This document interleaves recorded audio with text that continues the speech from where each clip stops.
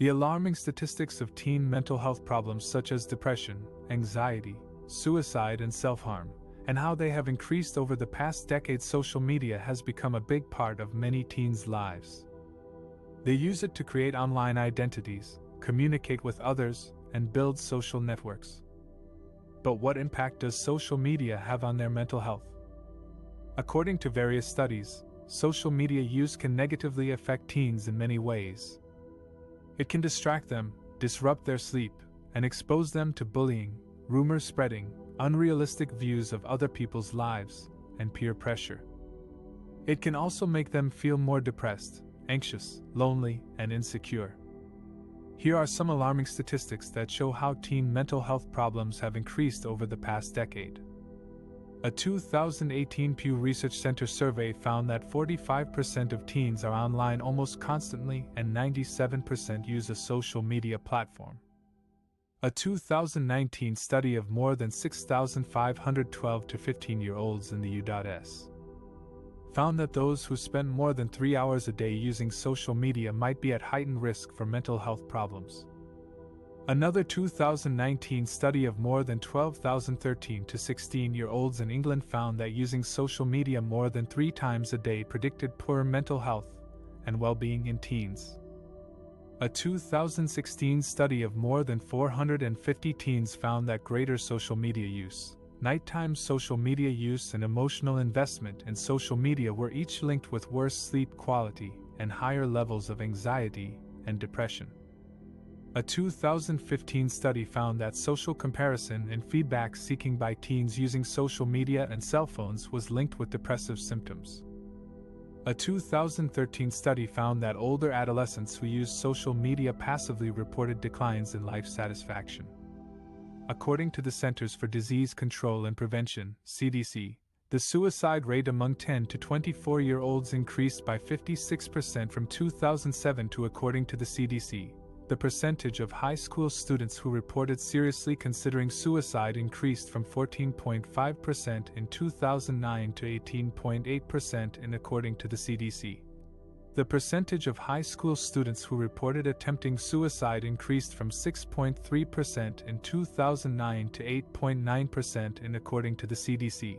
The percentage of high school students who reported injuring themselves on purpose increased from 13.8% in 2009 to 19.8%. These statistics are shocking and alarming.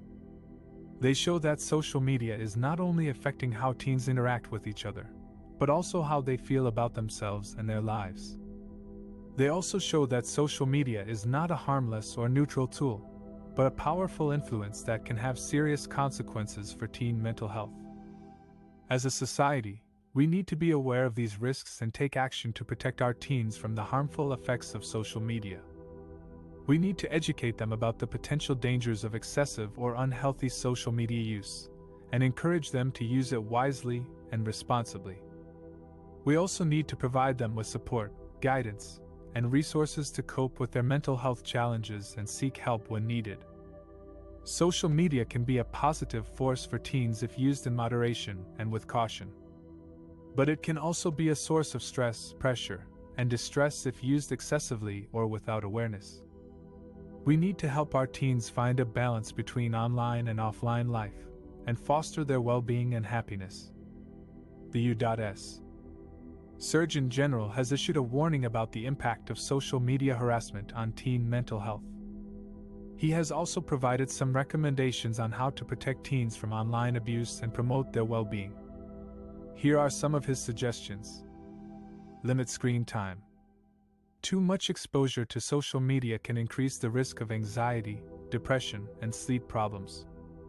Try to set a daily limit for how long you use social media apps and stick to it. Turn off notifications and use apps that track your screen time to help you stay within your limit. Set healthy boundaries. Not everything you see on social media is true or helpful. Be selective about who you follow and what you share. Avoid engaging with people who are rude, mean, or abusive.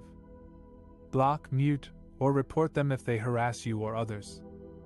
Don't let social media pressure you to do things that make you uncomfortable or unhappy. Seek support and help. You are not alone in dealing with online harassment.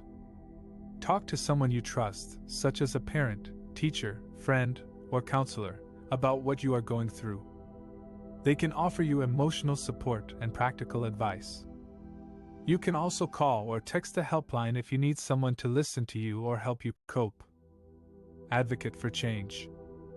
You have the power to make a difference in the online environment. You can use your voice and your platform to speak up against cyberbullying and harassment.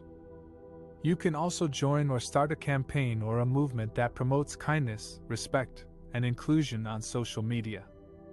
You can also contact the social media companies and urge them to take action against online abuse and protect their users.